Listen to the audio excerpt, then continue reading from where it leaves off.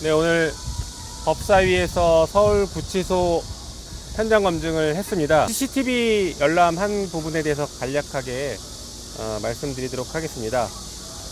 윤석열에 대한 체포영장이 두 차례 시도가 있었습니다. 1차 집행이 8월 1일 9시경이었고요. 2차 집행은 8월 7일 8시경이었습니다. 두 번 다 결국에 실패를 했습니다.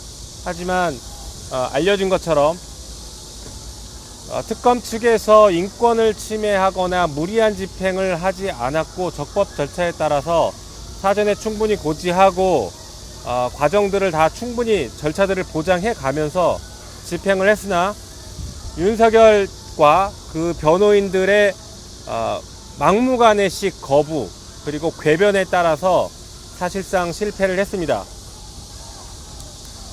먼저 1차 집행 같은 경우에는 알려진 것처럼 윤석열이 속옷 차림으로 누워서 집행을 거부하면서 나에게 강제력을 행사할 수 없다 라고 강력하게 반발을 했습니다. 그러면서 몸에 손대지 마라 라고 하거나 변호인을 만나겠다 라고 하는 등 반말 위주로 집행을 거부하면서 저항을 했습니다. 그 다음에 2차 집행 8월 7일의 2차 집행의 경우에는 역시 집행을 시도하려고 할 때 이미 속옷 차림으로 자리에 앉아서 성경책으로 보이는 책을 읽고 있으면서 집행을 거부했습니다. 다시 말해서 1차, 2차 두 번 다 속옷 차림으로 집행을 거부한 게 맞습니다.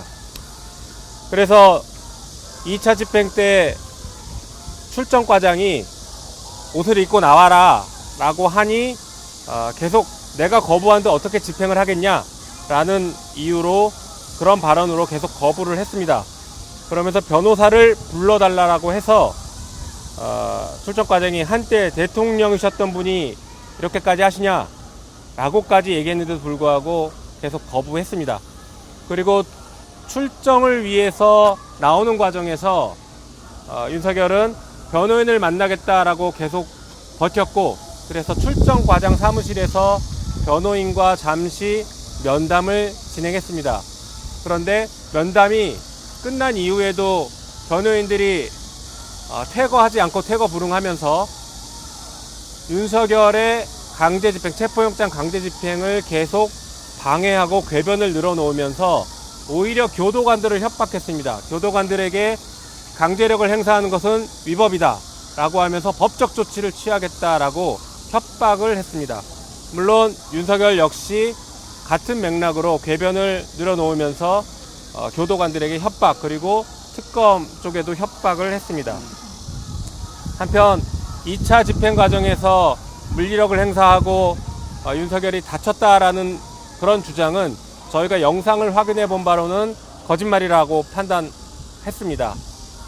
윤석열에 대한 집행은 사실 윤석열이 앉아있는, 다리 꼬고 앉아있던 그 의자를 밖으로 끌어당기는 정도 수준의 물리력 행사만 있었을 뿐 강제로 드러내거나 끌어내거나 하지 않았습니다.